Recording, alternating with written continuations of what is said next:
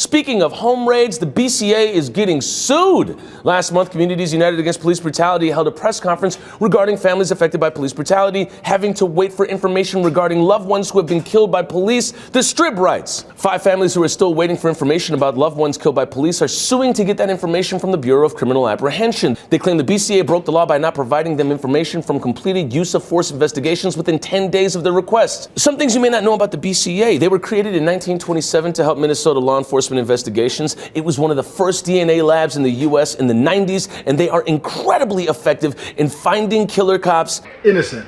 Always innocent.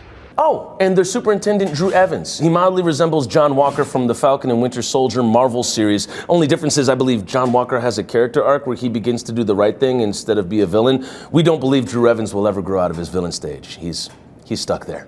So what's going on? What's the holdup at the BCA? They're supposed to be one of the most sophisticated bureaus and can't seem to turn around information to families whose children were just killed by cops. You'd think the BCA would provide this information quickly, right? Jill Oliveira, the Department of Public Safety spokesperson, which is a fancy way of saying that Jill is kind of like the Jimmy Hart for the cops. You know the manager in pro wrestling that was the mouthpiece for all the heels? That's Jill. So if anybody gets shot by the cops, Jill basically says, how dare that person get in front of their bullet? Now look at this poor cop is traumatized. How dare you? Jill Oliveira sold this propaganda to the Strip. We understand that families who have experienced these tragic losses would want all of the information that they can have as soon as possible. Once a case is closed, the BCA must review every report, image, audio, and video in the case file to ensure that information that isn't public is removed as required under Minnesota law. Damn, Jill, you really tried it with this one. To ensure that info isn't public is removed. And it's a tough job for Jill. She works for the cops who are more used to redacting people, not information.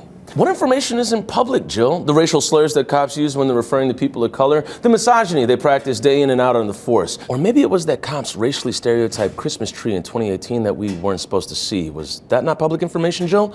Oh, I know, it's the private contracts they get to sign to work as bouncers sitting in their cars on dating apps while soaking up the money of small businesses. That must be it. Jill, how long does it take to redact a file? Hop into Microsoft Word, delete some words, and just send it out. I used to work for PBS, and they would just delete the whole video of conversations about racism, and they have way less money than y'all, and they're way faster at deleting things that indict them, so. And if that's the case, Jill, why did it take 3 years for them to report back to the family of Dalal Eid after the BCA killed Dalal and then raided the home of his family, essentially destroying the place and leaving it in shambles? And here's where it gets weird. The BCA holds on to the clothing and belongings of people killed by police. Many, if not all of these families who lost loved ones to killer cops haven't even seen the shoes or belongings of their loved ones. The BCA is just holding on to it.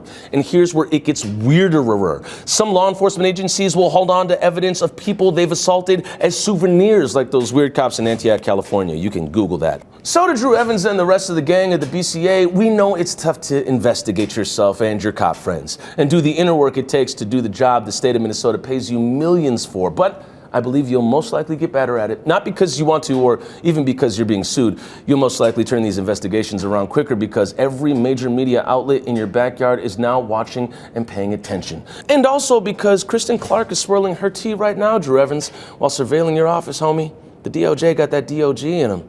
Pay attention, Drew. Pay attention. And to the families suing the BCA, we here at On Site wish you the best of luck.